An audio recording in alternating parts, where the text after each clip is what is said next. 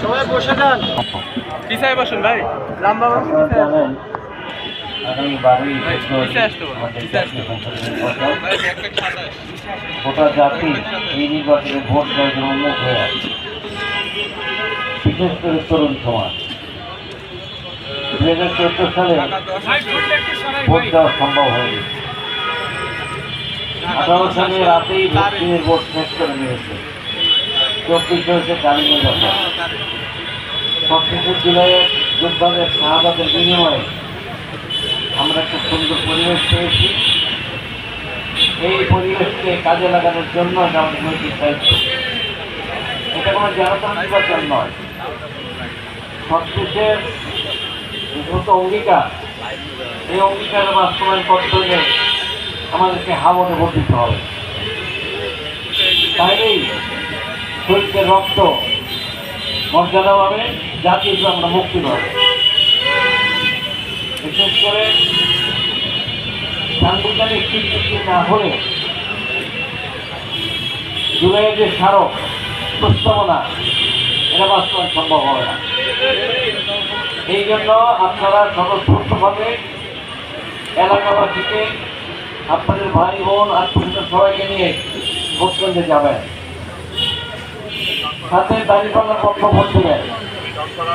আমরা বিশ্বাস করি দাঁড়িপাল্লা জামাত ইসলামী মনোনীত 11 সমর্থিত সব আসনেই আমাদের প্রার্থীরা বিজয় গ্রহণের আশা হচ্ছে আল্লাহ মেহেরবানি।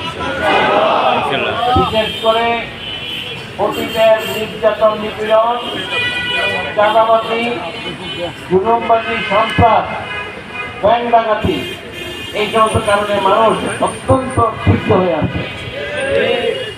একই সাথে 5ই আগস্টের আগে যারা এই অপকর্মগুলি করত তারা বিদায় হলেও এখনো কি চাঁদাবাজি বিদায় হয়েছে? এখন কি সন্ত্রাস নির্মূল হয়েছে? এখনো কি চুরি ডাকাতি বন্ধ হয়েছে? হয়নি। এবং আমরা বিশ্বাস করি এলাকার সচেতন জনগণ দেখেছে জামাতের কোন নেতা কর্মী চাঁদাবাজি করে না, জামাতের মধ্যে কোন দুষ্কৃতিকারীদের অবস্থান নাই। এলাকার সমস্যার সমাধানে জামাতের নেতা কর্মীরা আন্তরিক, সঙ্গত কারণেই আমরা আশা করতে পারি জামাতের পক্ষে জনগণের রায় আসবে ইনশাআল্লাহ।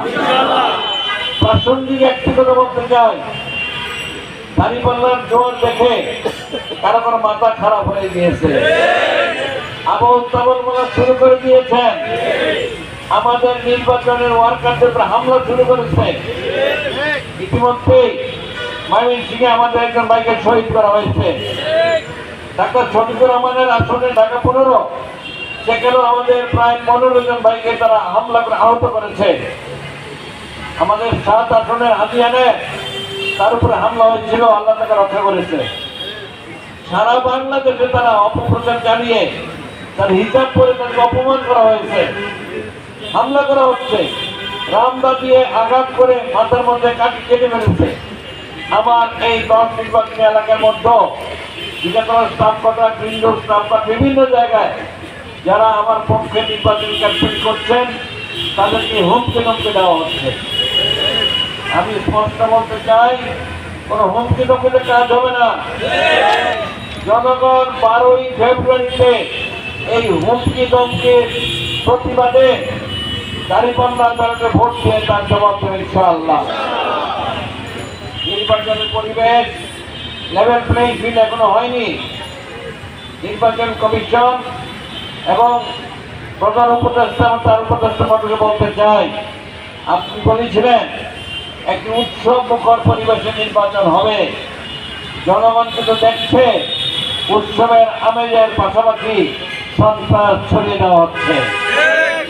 সুতরাং অনতিবিলম্বে এই দুষ্কৃতিকারীদেরকে গ্রেপ্তার করতে হবে, আইনে আওতায় আনতে হবে, জনগণকে আশ্বস্ত করতে হবে নির্ভয়ে নির্বিঘ্নে তারা ভোট দিতে পারবে। আর আপনাদের মাধ্যমে আমার অনুরোধ, জনগণকে আশ্বস্ত করুন কারণ 5ই আগস্টের জুলাইয়ের বিপ্লবের অন্যতম শক্তি জনশক্তি ছাত্র যুবকদের পাশে আপামর জনতার অংশগ্রহণ এই বিপ্লবকে সার্থক করেছে, সফল করেছে। জনগণ যদি ঐক্যবদ্ধভাবে ভোট কেন্দ্রে থাকে, এই সন্ত্রাসীরা অন্যায় আচরণ করে সাহস পাবে না ইনশাআল্লাহ। তাই জনগণের অধিকার প্রয়োগের জন্য জনগণ ঐক্যবদ্ধভাবে সচেতন করুন। প্রতিটি এলাকায় কম বেশি সমস্যা আছে। আমার এখানেও সমস্যার অন্ত নেই।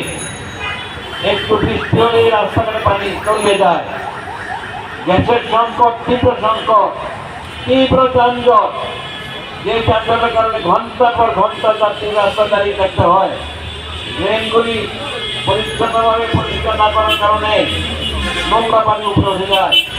চিন্তায় চাঁদাবাদী কিশোর গ্যাংয়ের অত্যাচারে আমাদের অভিভাবক অতিষ্ঠ। একমাত্র রাজধানীর গুরুত্বপূর্ণ স্থান, যেটাকে রাজধানী বলা হয়, সেইখানে অবস্থাপনা। আমরা যদি জনগণের ম্যান্ডেটে নির্বাচিত হই, এই জনগণকে সাথে নিয়ে আমরা পরামর্শ ভিত্তিতে ওয়ান স্টপ সার্ভিসের মাধ্যমে এই সমস্যার সমাধান করব ইনশাআল্লাহ। আপনারা ঐক্যবদ্ধ থাকুন, বিজয় আমাদের আসবে ইনশাআল্লাহ। আমি ভবনে অত্যন্ত আশাবাদী, জনগণের রায় অত্যন্ত শ্রদ্ধাশীল। সবাইকে ধন্যবাদ।